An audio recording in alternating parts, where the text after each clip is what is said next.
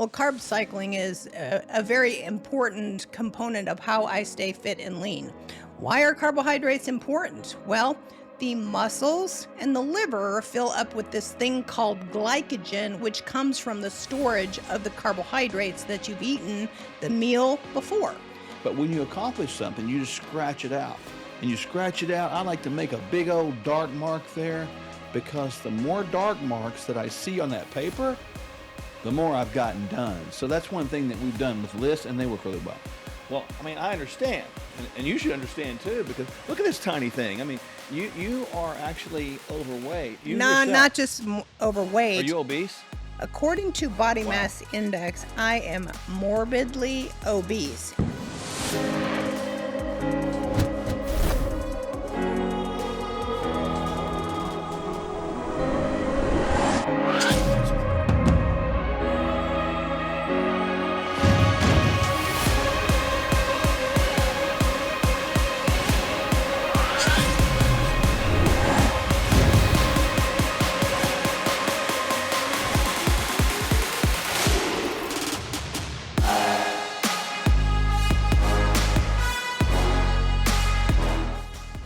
Macronutrients consist of proteins, carbohydrates, and fats. Many times carbohydrates have gotten a bad rap, but they can be useful because they have nutrients in them that we need. But there's something called carbohydrate cycling. What is it? And could it be good or bad for you? Well, carb cycling is a very important component of how I stay fit and lean. Why are carbohydrates important? Well, the muscles and the liver fill up with this thing called glycogen, which comes from the storage of the carbohydrates that you've eaten the meal before. So without a glycogen load in your muscles and your liver, you're not going to have the adequate power and energy that you need to get through your training processes or your daily activity as energized as if they were flat. So carbohydrates are converted to glucose, then stored as glycogen in where? Our liver and muscle cells. So if you go out there and work out, right, you're going to deplete that storage in both of those types of cells, right? And so you're talking about the importance of resupplying that by consuming carbohydrates. Now, we're not talking about junk food, are we? No, we're talking about, things like sweet potatoes, rice, quinoa, things that have a lower glycemic index that just don't take the blood sugar all over the board and keep the system stable. So you're not talking about eating a cookie after working out, right? That would not be the best for me. No, I wouldn't do that. No, it's really about resupplying this. Now, a lot of people wonder if they can cycle these or not. So, in other words, some interpretation of cycling means that I'm going to have higher carbohydrates on my workout days and lower carbohydrates on my non-workout days. Talk about that. So in order to adequately burn fat, you have to get into what's called a semi-ketogenic state. And you have to take that glycogen load down to a place where your body says, okay, well, there's not any glycogen around, so now I'm going to go to fat as fuel. And you want to do it in a manner that you withdraw those carbohydrates at a rate with which your body doesn't say, oh my gosh, there's a famine going on here, and then it's going to go for muscle as fuel. So as you shift that into a low glycemic state, your body then will shift engines from a carbohydrate metabolism to a fat metabolism, and you'll burn off the extra little bit of fat that you have around and you don't want around. That's a good way to put it, because a lot of times we tend to think carbohydrates are bad. They're not bad. Now, if you're overweight or over fat, right, here's the thing. If you eat too many carbohydrates, you're never going to get into the system, that ketogenic system where we're using fat as fuel that you just talked about. And a lot of people, another show, another day, talk about, ketogenic dieting, right, how that can be a little bit needing for adjustment too, but we're talking about that needs monitoring. It does, and so does carbohydrate cycling too, because it's all about the individual person, their age, their amount of exercise, and then really their body composition, where they are, because that can be a big deal. Because like you mentioned, maybe 50 grams of carbohydrates may be a higher carbohydrate for one person, whereas somebody else it might be 150 grams. So there's different levels of that. But I think it is pretty sound to say that during the course of exercise, we could consider having a few more carbohydrates. Not that people have to, but this whole idea of carb cycling does sort of lend itself to that logic. Well, I remember when I was training to get on stage, carb cycling was very important. You would want to get the carbohydrate load very, very low so that you would shed all of the extra fluid that you had on your system and underneath your skin. And then once you got into that ketotic state, you would stay there for a few days, and then you would reload the system with carbohydrates, starting at a 50-gram load 3 times a day until you could actually see the muscles plump up and the muscle bellies become full. Now, they kind of help retain more water in the muscle bellies is kind of a good way to look at it, right? So, and again, it makes sense because we're storing more of that glycogen inside of those muscles, making them plump up, and that makes them retain water more intracellularly. So that's kind of a cool thing to look at. So when we're talking about carb cycling, this probably does require some monitoring and supervisory action of people that know what they're doing. Would you agree with that? Yes, especially if there are medical conditions like type 2 diabetes or hypoglycemia or even blood pressure issues that could complicate the situation. So carbs aren't bad, are they? Carbohydrates are not bad. It's the excessive amount of carbohydrates that we have been taught to eat, 6 to 8 servings of grain a day, is going to get in the way of an optimal body composition unless you are a triathlete or you are out there literally burning them off. So there you go. There's several tips for you to consider when you're thinking about employing something about carb cycling. Remember, we don't want to bring in too many to create excess insulin overload to create more fat storage. We don't want to bring in too little because that can lead to something called gluconeogenesis, which basically takes protein and converts it to sugar. So there's a little balance, which is muscle loss. Which is muscle loss. We don't want that. So just make sure that when you consider it, you have a plan in place, someone that maybe knows what they're doing as far as helping you with that, measure body composition, and it can indeed be a nice tool to help you maximize your fitness level. Procrastination can be a killer. Don't procrastinate watching Furthermore next. Our flagship product is called Kingdom Fuel. Tell us a little bit about Kingdom Fuel and why it's so good. We saw people struggling with the idea and concept of it's too expensive to eat healthy. So we thought, okay, that's the problem. Let's find a solution. So we found a solution for $5 or under per meal. And that represented the birth of the idea of Kingdom Fuel. So Kingdom Fuel is organic pea protein. It's got greens and reds in it. So this is the phytonutrients from green plants and red plants that we all talk about. Eat your vegetables, right? It's also got vitamins and minerals in it. So it's got a complete complex of that. And it's got also soluble and insoluble fiber, which the difference between the two is profound. Soluble actually gathers moisture and makes you full. And the insoluble goes through the system and grabs things like damaged particles. The body runs on nutrients. It doesn't run on medication. And Kingdom Fuel is a complete multivitamin and mineral.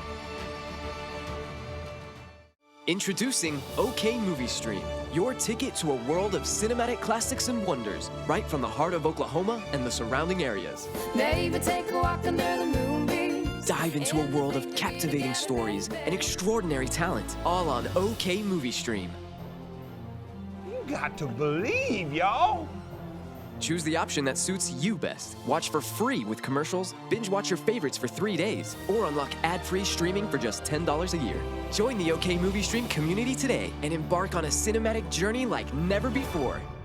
I don't know about you, but I have to have that cup of coffee in the morning. And Kingdom Cup is mold-free, it is pesticide-free, and it is organic. It's got this flavor that is delicious. You don't even have to put cream or sweetener in it. And it's Kingdom Cup with a K, right? So this is important. 50% of all coffee at least contains mold. And this is a key thing. That's in bean form, right? So you're going to be a little grinder. They're just a few bucks. grind it up, put it in your maker, and make it. Why did we go with the bean form, the whole bean? Because ultimately the powder form is the one that gathers the most moisture. And that means the more potential mold development. So this is actually organic, mold-free, certified. It's got a little certificate with it. That's important because ultimately people drink coffee. It's cultural. And so we tried to meet the culture where it is and create a healthy alternative.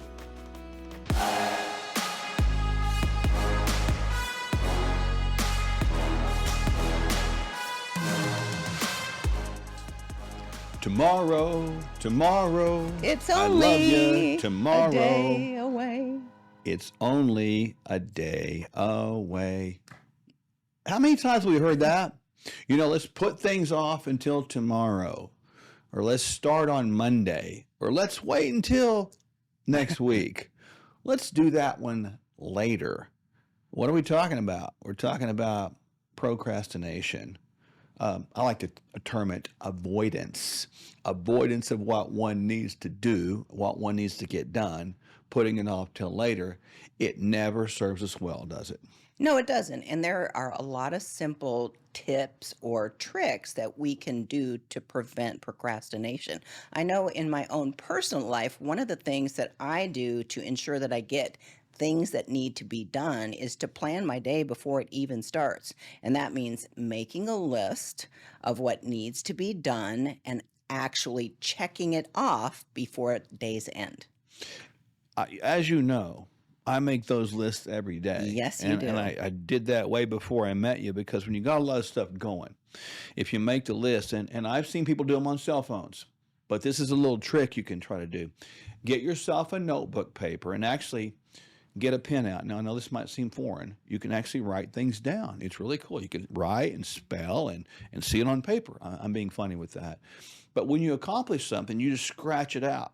And you scratch it out. I like to make a big old dark mark there because the more dark marks that I see on that paper, the more I've gotten done. So that's one thing that we've done with lists, and they work really well. Yes, lists seem to get the job done if we'll actually do it and check it off. Another thing that works really well is something called the nothing alternative, where you actually set a period of time during the day or a couple of days of the week where you set time aside to do things that you need to get done. And if you're not getting them done, the specific things that you need to get done, you only have one other choice, and that's to do nothing.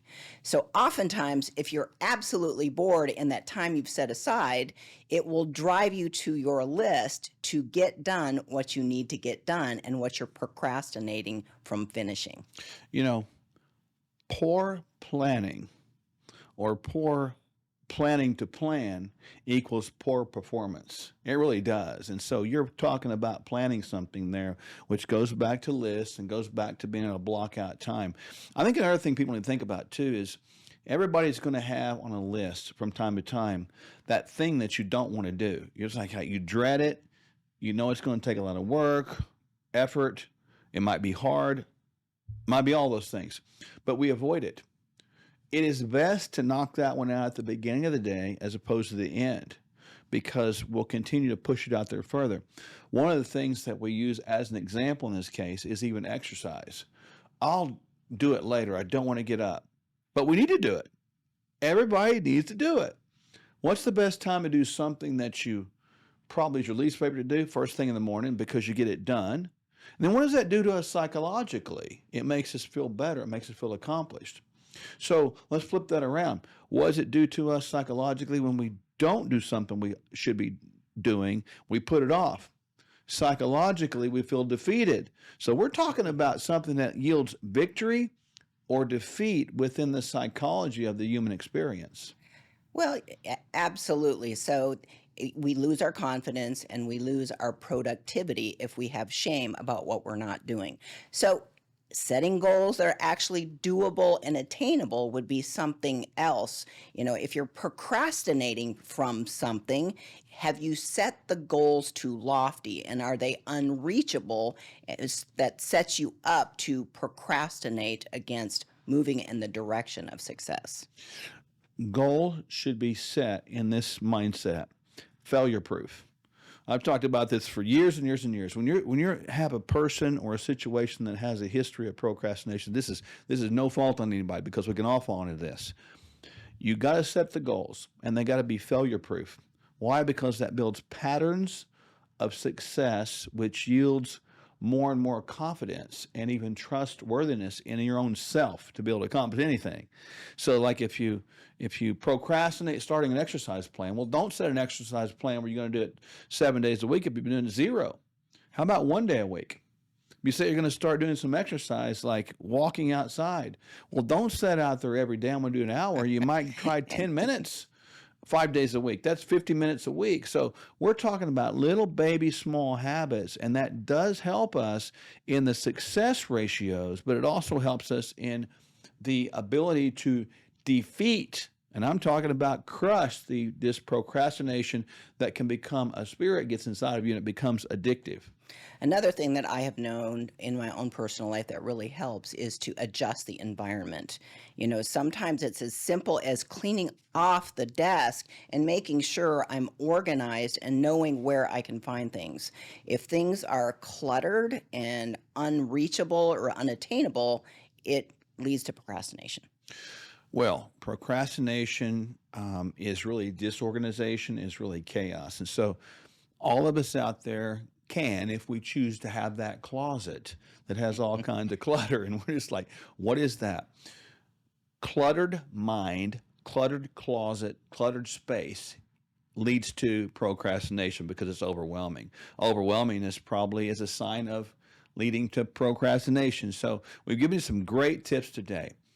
Great, healthy tips that are going to lead you down a pathway of procrastination so that when you defeat that, you can walk down the pathway towards some of the greatest victories of your life. Body mass index. Is it for real or is it A fraud. coming up next? Kingdom Candy with a K again. 2 flavors. We got salted Delicious. caramel and peanut butter.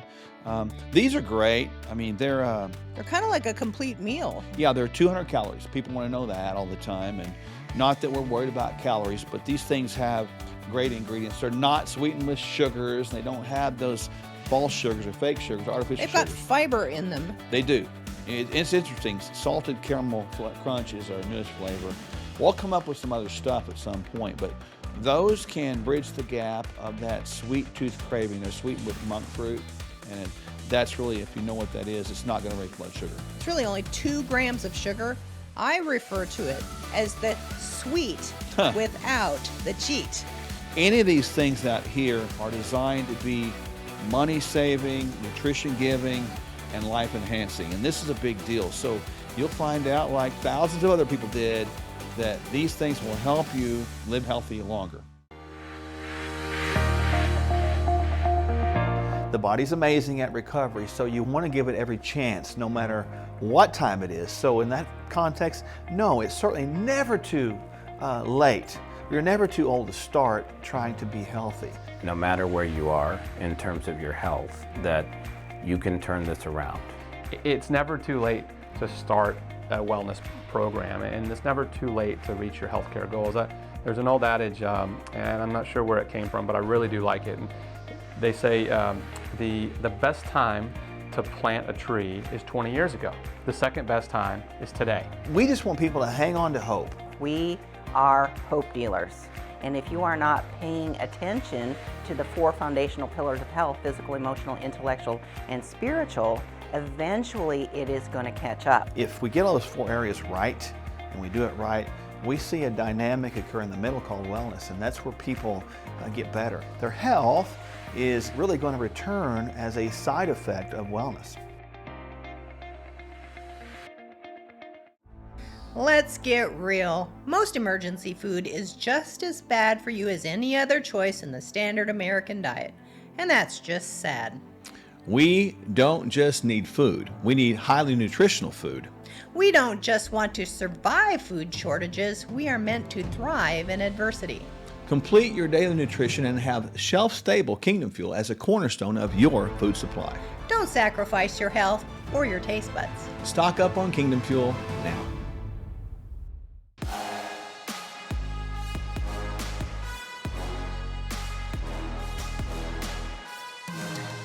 question we get asked all the time is, why is body mass inaccurate, and why could it potentially be misleading?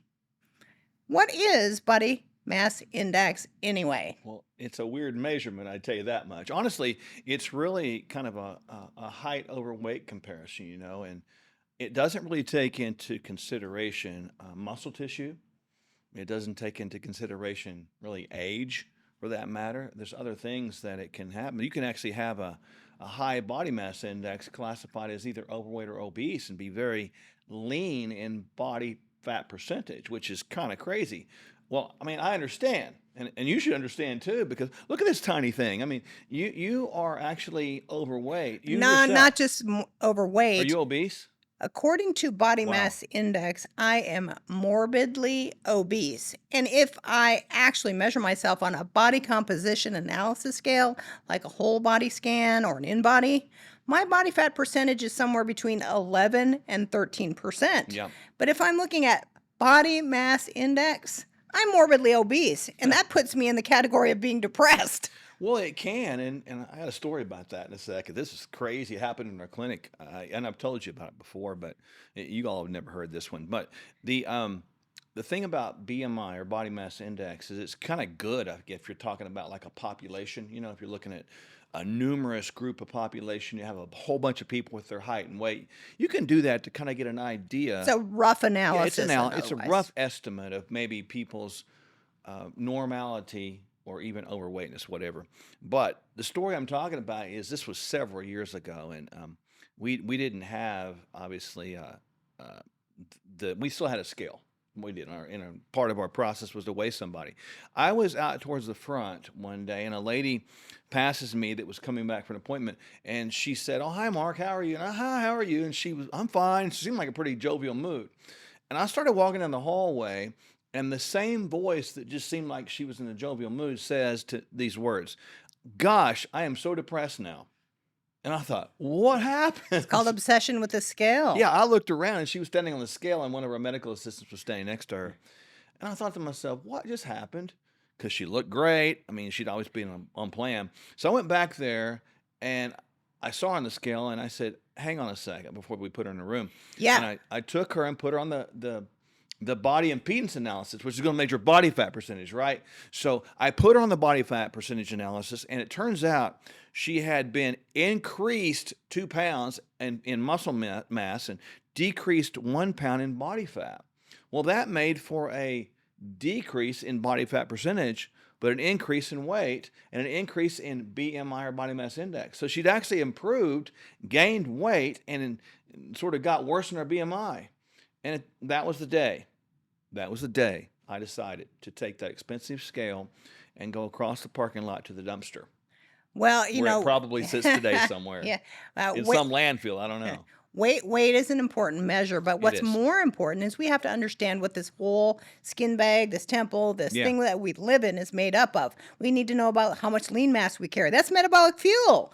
We need to know how much fat there is, and not just fat, but how much is in the organs. That's going to be a big problem if visceral fat goes up, because we know that fat, once it passes a certain threshold, that's inflammatory. It is, and actually on our machine that we have, our bioimpedance machine, we have a little measure that measures the visceral fat or visceral adipose tissue, and that's very important to understand because it's really the fat that's from your rib cage down to your hip bones or whatever, and it actually is near your organs, which is like crazy to think about. When we have that fat that accumulates down in the belly area, we tend to think that's our stomach, but our stomach is not that. It's way above that. It's the size of what? A fist. That's it. Yeah, right there. That's fist. That is all your stomach is. Right. That's it. This down here is visceral fat. And it's dangerous because to have even a normal BMI, right, and have a lot of visceral fat, we still have a lot of risk factor for toxicity and inflammation. Yeah, that's so it's just the BMI doesn't equate to health, is what I'm getting at. Yeah, in that condition, it's called sarcopenic obesity. Somebody can look good on the outside, but if you actually put them on a body composition analysis machine of some form, they may absolutely be in trouble, meaning they have fat in their organs. They've got more yellow fat around their frame than they need to be carrying. That puts them in danger for all chronic sickness and disease, because we know fat is inflammatory. For every pound you're overweight, it's times 10 on the joints and the vascular system. So if it's 10 pounds, that's times 100. And walking through space, step after step, day after day, 100 extra pounds is going to add up. It is saddening to me and disheartening, two things, that America is still depending on the scale to determine health.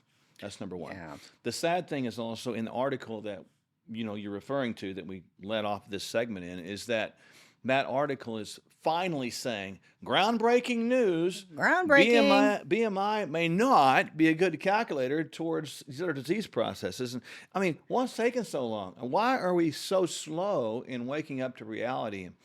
And with people's obsession with weight, we've got to look at America. It is. We've got a bunch of scales, but we've got a lot of overweight people, which is sad. So we need to sort of shift our perception, shift the paradigm, and begin to sort of maybe get rid of the scales altogether and just begin to measure body fat composition. percentage. And that would be something that every doctor's office or clinic or even healthcare environment, if there is such a thing anymore, should be really in tune to at this point. So we should really be shifting from body mass index to body composition as the standard, or it should be a vital sign in every practitioner's office so that we get the right measures about what the system is made up of. So if you're wondering about body fat percentages, men, we need you to be between about 10 and about 18%. Women, somewhere between about 18 and about 26%. And you can only determine that by getting your body fat percentage measured, but you're not going to find that with BMI. So rely less on the scale weight and rely more on percent body fat. If you're in the Tulsa area, of course, you can come see us. We've got a great machine. You can check it out, and we'd love to see you there. Exploring biohacking, bioharmonizing, biosynergizing, stacking, resilience, or anti-fragility. Start here. No gimmicks, just proven results.